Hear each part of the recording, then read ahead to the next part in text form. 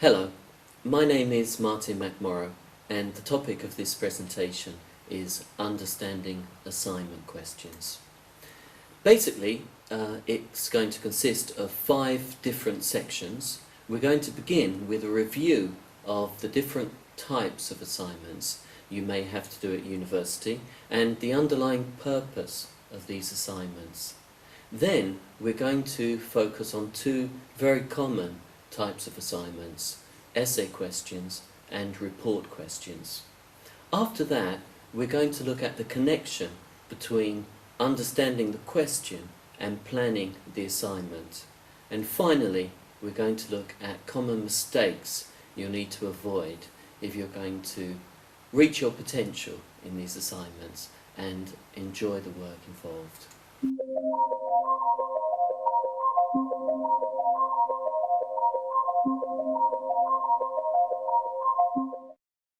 Let's have a look at the common types of assignments set across the university. Essays and reports are certainly the most common types of assignments for most courses, and we're going to look at those in detail. Apart from these, you may have assignments consisting of short answers to a set of questions. Some assignments will involve working in a group and preparing a presentation. Clearly, you're going to have to work very closely as a team, divide up the work among you, and make sure that you know what everyone's doing.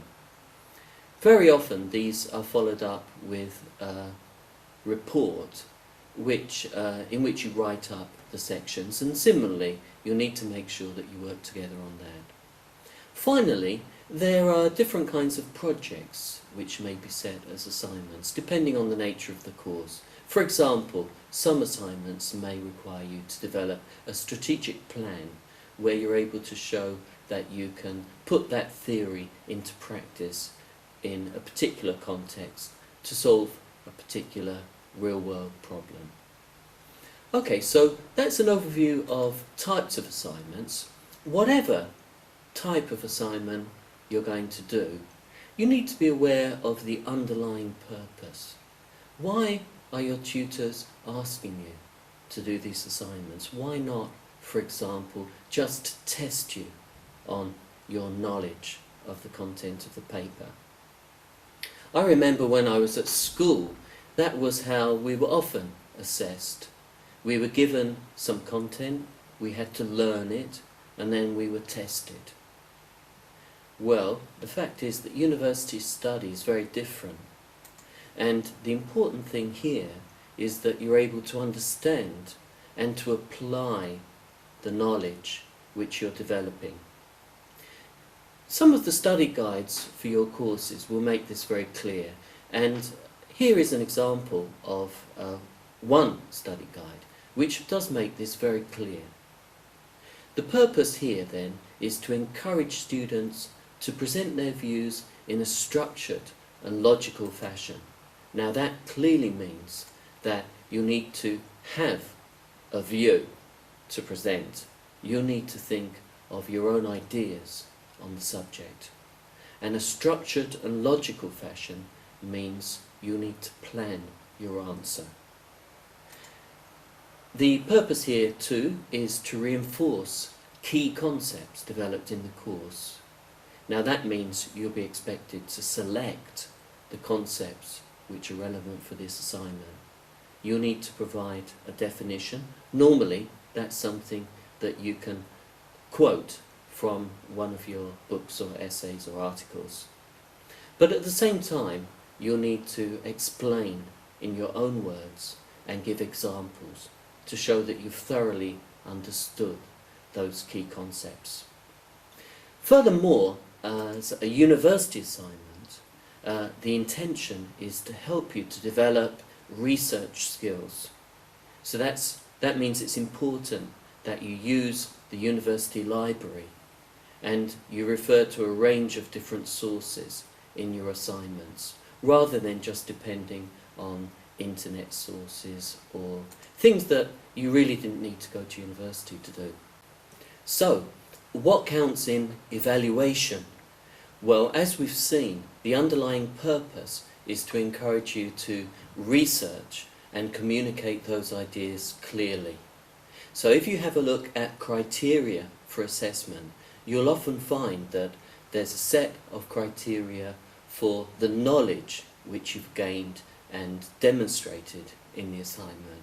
But also, many of the criteria are connected with the way in which you've communicated those ideas. And that's where we're going to focus today, on helping you to communicate clearly and to focus on the way of answering the question. You'll see in your notes several examples of this which we've taken from different study guides from a range of papers, which show the need for a balance between theory and practice, and the need to communicate your ideas in relation to real examples, real-world problems. So, to sum up our overview of assignment types and purposes, what we need to look at is the logical structure based on the question, and that's something we're going to look at very soon in relation to essays and reports. The need to both use and explain those technical words, the need to refer to a range of different academic sources, and in particular, the need to use theory as a tool to analyse examples.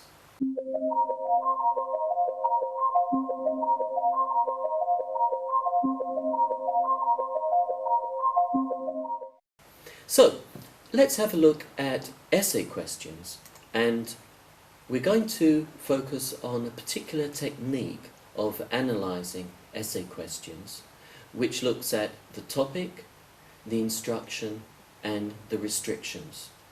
And the idea of this is to help you to spend a bit more time breaking down that essay question and making sure that you've covered it and you understand it fully before you start to research and plan your answer. So, the topic means simply, what is this question about? Then the instruction means those words and phrases which indicate what you have to do.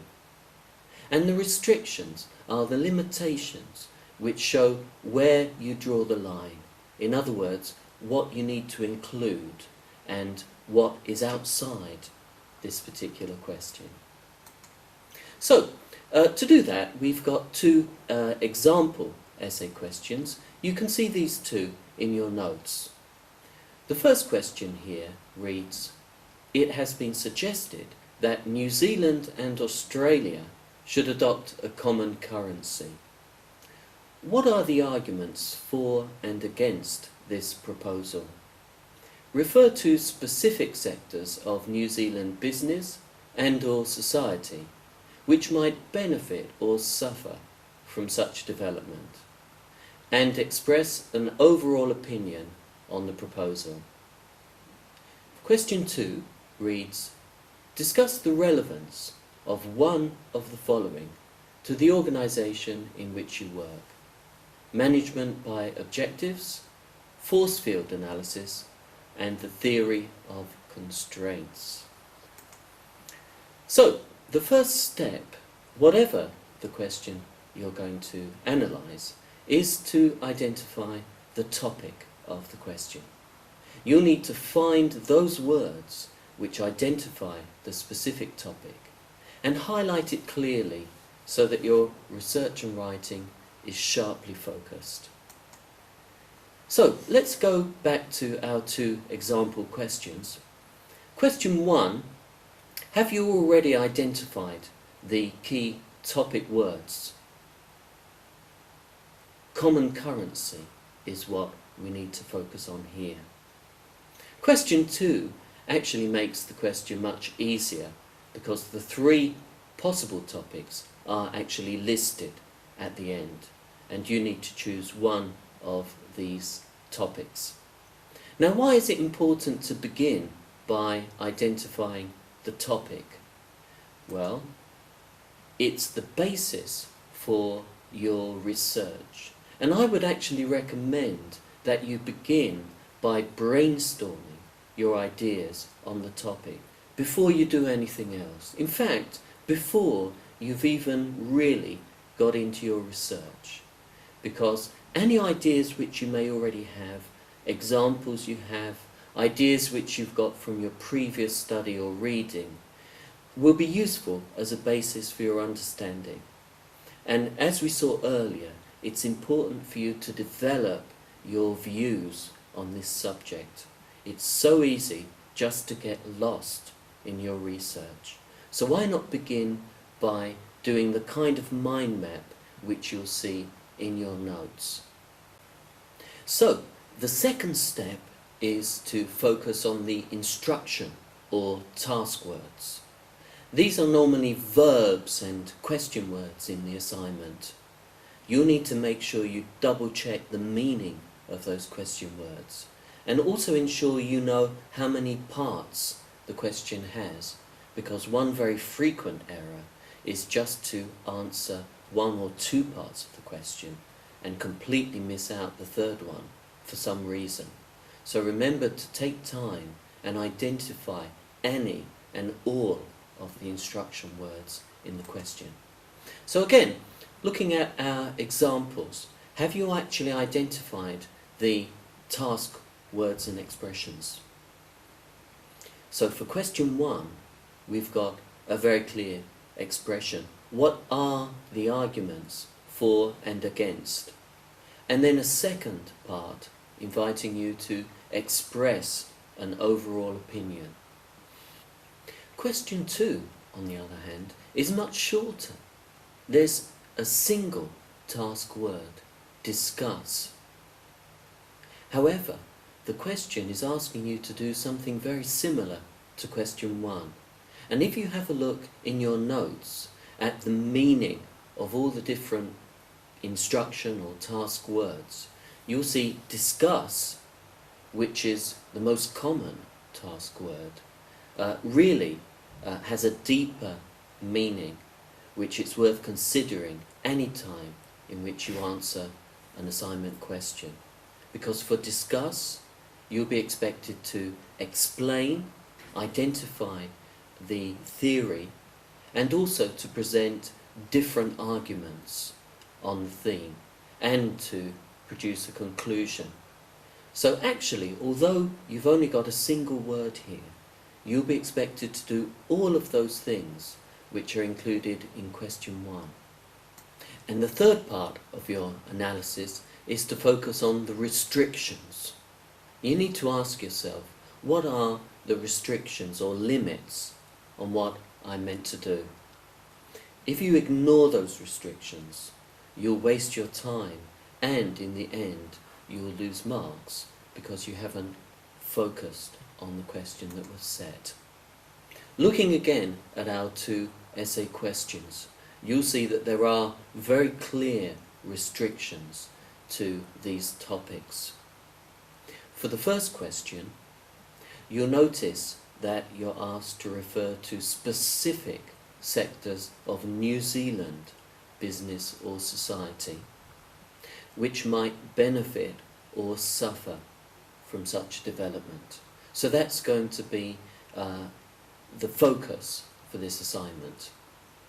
In question 2, you've been asked to consider one of the following in relation to the organisation in which you work.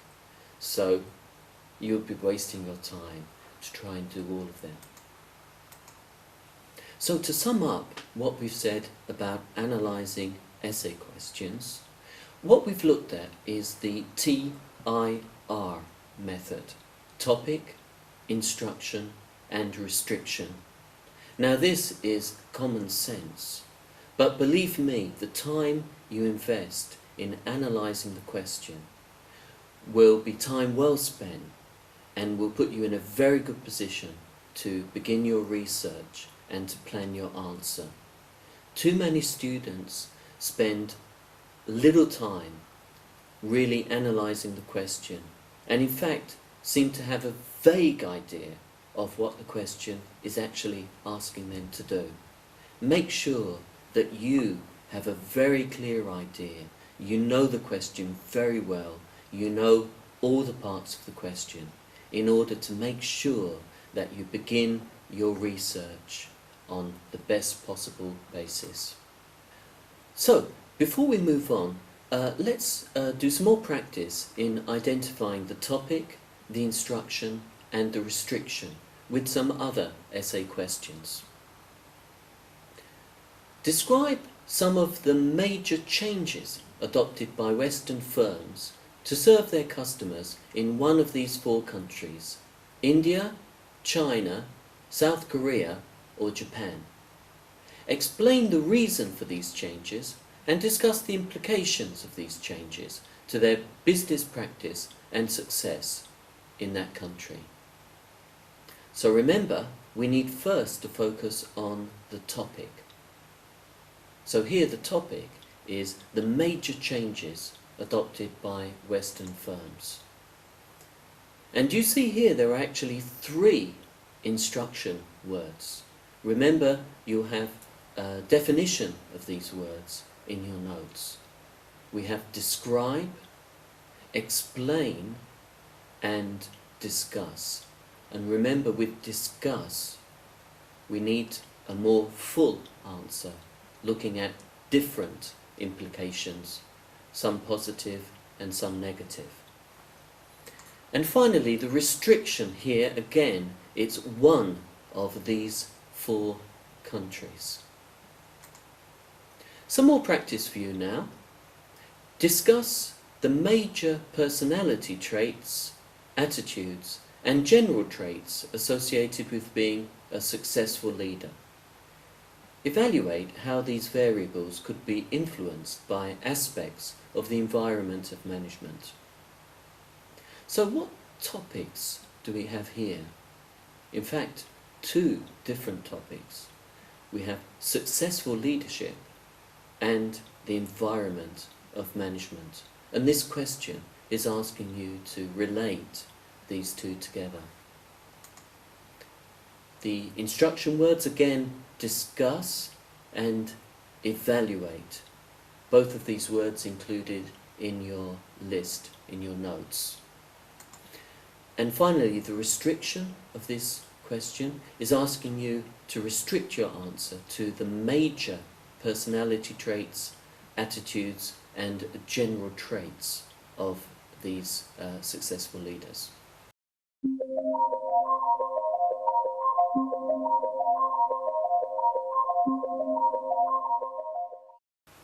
Let's have a brief look at report questions. Now, report questions, I'll be inviting you to apply the same kind of methods as you did for essay questions. But the important thing for report questions is to know what framework you're going to be working towards. In other words, what are the different sections and headings that you've been asked to include in your report? If you're not clear, please do ask your lecturers and see if you can have a look at an example report. Here are a couple of report questions. Question 1. Write a formal report on a strategic management initiative, describing its objectives and implementation, and evaluating its success. Question 2. Present the findings of your group assignment in the form of a formal report. Include description and analysis of the proposed change, its implementation and outcomes. Now, the important thing here is to make sure that you've matched the different parts of this question with the different parts of the reports which you're going to write. For more information on report writing, see our other DVD on report writing. Here is an example of a report layout. You'll see that this one includes a title page, an abstract, part A, which is description, and part B, which is evaluation and epilogue, followed by references and appendices. And it's very clear here that part A and part B refer to the different parts of the questions. So in order to answer these questions fully, you just need to make sure that you include the relevant information in Part A and Part B, that relates to the question you've been asked to do. So in this case, Part A gives you the opportunity for description. The introduction will allow you to summarise the initiative and the purpose. Part 2 will allow you to discuss your research method. Part 3 gives you a chance to include relevant information about the background.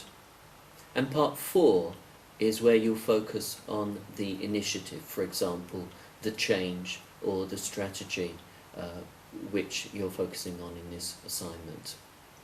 Part B then allows you to evaluate that initiative, looking at the results, the consequences, and your own interpretation. Remember that for any assignment, you are invited and required to express points of view, as long as those are clearly supported by research and examples.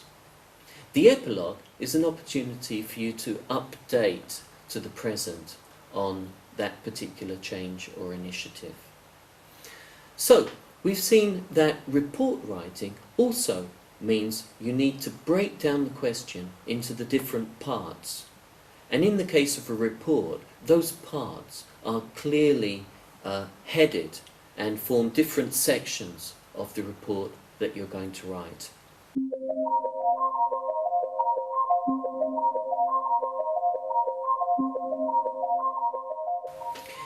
In Part 4, we're going to have a look at the way in which your analysis of the question is going to be very helpful in planning the assignment that you're going to write. So we're going to focus mainly on essays, because that's where you're going to have to find the right structure for yourself. So step 1 is to make sure you've identified the different parts of the question. Step 2 is then to estimate how many paragraphs you may have in your assignment. Now, this may be a good point for you to consider our other DVD on paragraph writing, because paragraphs are the building blocks of academic writing. So if you can write a clear paragraph, you're in a very good position to do any kind of writing that you need to do at university. And the third step is then to make a grid matching your paragraphs to the different parts of the assignment. Now that may seem a bit abstract or complicated, but let's go back to one of our sample questions and have a look at an example of how you can do it. So remember our question. It's been suggested that New Zealand and Australia should adopt a common currency. What are the arguments for and against this proposal? Refer to specific sectors of New Zealand business and or society which might benefit or suffer from such development, and express an overall opinion on the proposal. So, the first step is to identify how many different parts there are in this question. And in order to do that, you need to focus especially on the instruction words. So here, do you see that there are really 4 parts to this question, and you need to make sure that you spend enough time on all of those different parts. It would be so easy for a student, for example, to just write a single sentence on that 4th part, where they're supposed to express an overall opinion. But you can see really that that isn't enough. It's a part of the question, and you really ought to spend a bit more time on it. Okay, so analysing and breaking down the question will allow you to see how many different parts there are, and to make sure that your assignment gives the right balance to those parts. Step 2 is to think about your word count and how many paragraphs that gives you, remembering that the paragraph is the building block of your essay. In this case, let's imagine that there's a maximum of 2,000 words. Well, an essay needs to have an introduction and a conclusion, and those are normally one paragraph each. So essentially, the introduction and the conclusion have already taken about 300 of those 2,000 words, bearing in mind that an average paragraph will have something like 120 to 150 words. Now, the body remaining is about 1,700 words, and that's going to give you something like 12 to 15 paragraphs altogether. Now, we know that even before we've started writing. Those are the building blocks that are available for you to use in this assignment. Now, we've seen in step 1 that there are 4 parts to the question, and in step 2 we now know how many paragraphs you have for the body. All that remains is to match those 2 pieces of information together, and one way you can do that is in a grid. So let's have a look at an example here. We've got your first paragraph, an introduction, and your last paragraph, a conclusion.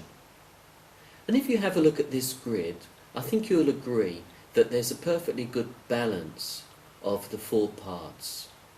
So for part 2 and part 3, for example, where you've got to describe arguments, you've given yourself 4 or 5 paragraphs, which should mean that you're able to discuss maybe 3 or 4 different arguments. So remember to use your analysis in your planning to make sure that you're in control and you've allowed for all the different parts of the question.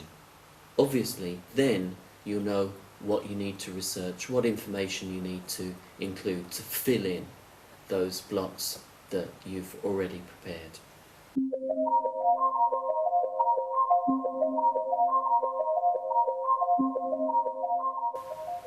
Now, before we finish, let's just have a look at the common mistakes which you want to avoid if you really want to enjoy your academic work at university, and also to avoid the chance of getting disappointing grades after all your hard work. Now, you could easily fail assignments if you leave everything until the weekend before the deadline. So clearly time management is very important, and that's why I think it's very useful for you to do this question analysis right at the beginning. I think it's very common that students start researching, reading, trying to build up their knowledge as much as possible, and only at the last minute they begin to look at the assignment question.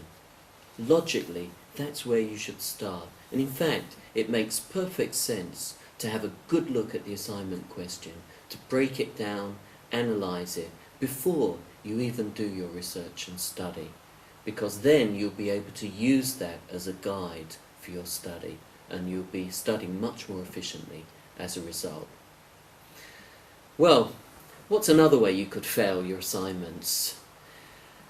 Missing those key lectures and tutorials.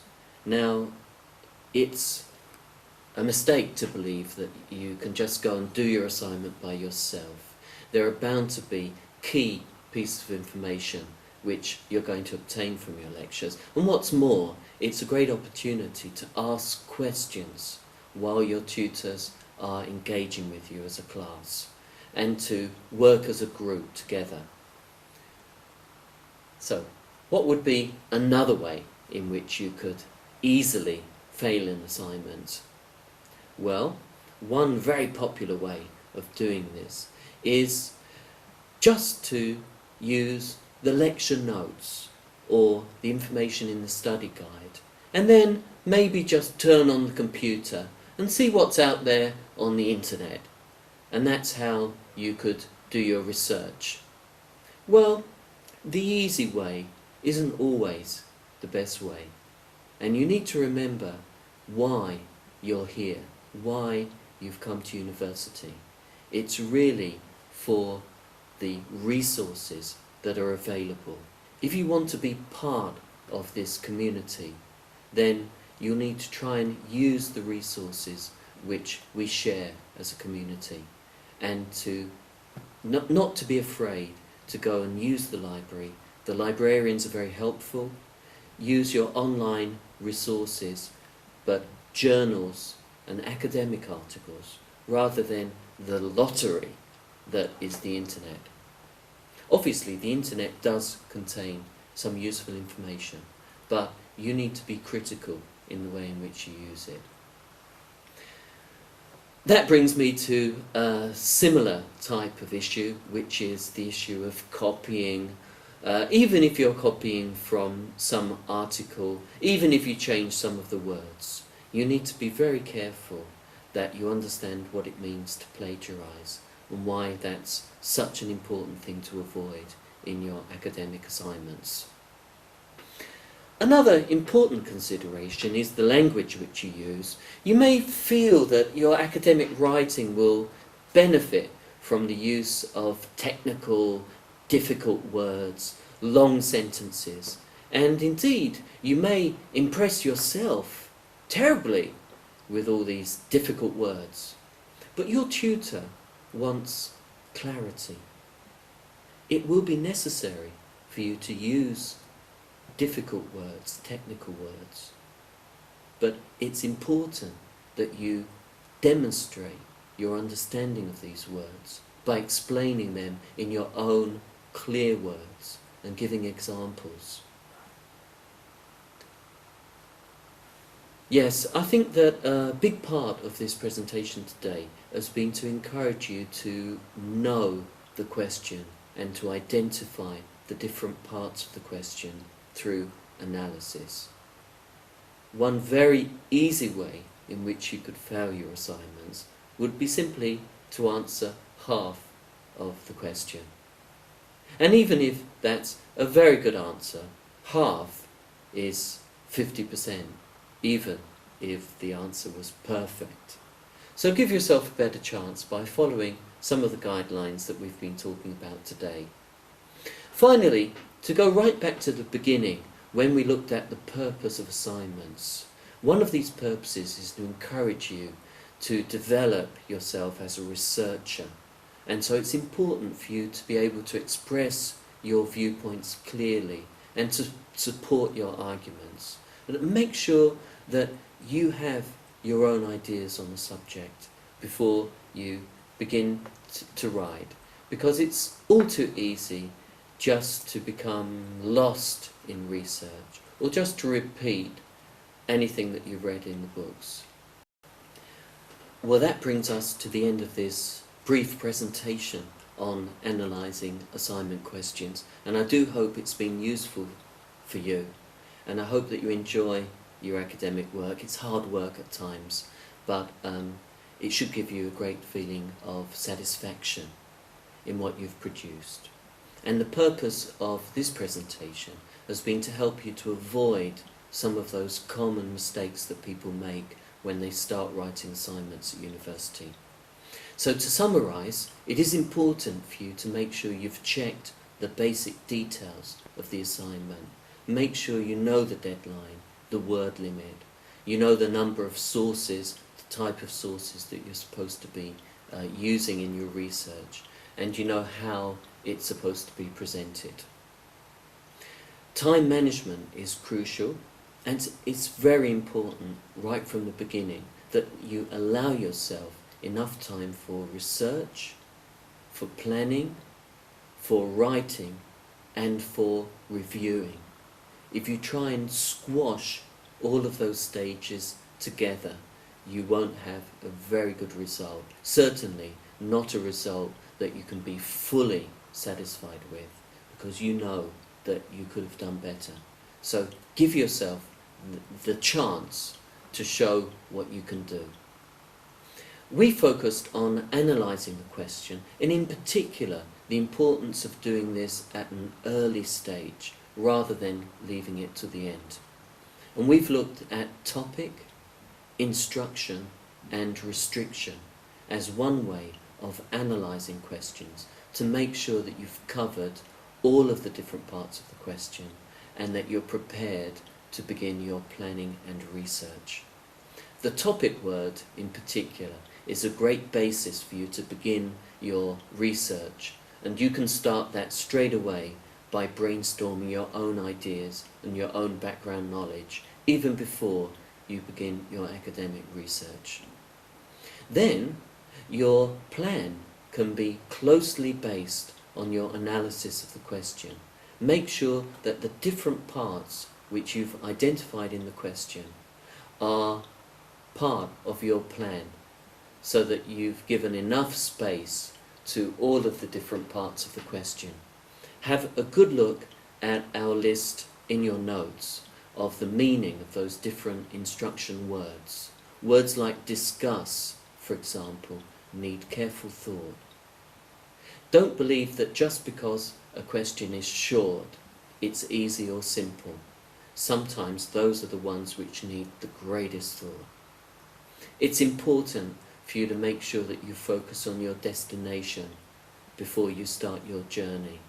So make sure you know where you're going, you know what kind of assignment, what kind of product you're trying to aim at before you start your journey of discovery and research. And I do hope it's as enjoyable for you as it's been for me and many, many other thousands of students who've been on this road for many years before you. Thank you very much, and enjoy your academic work at university.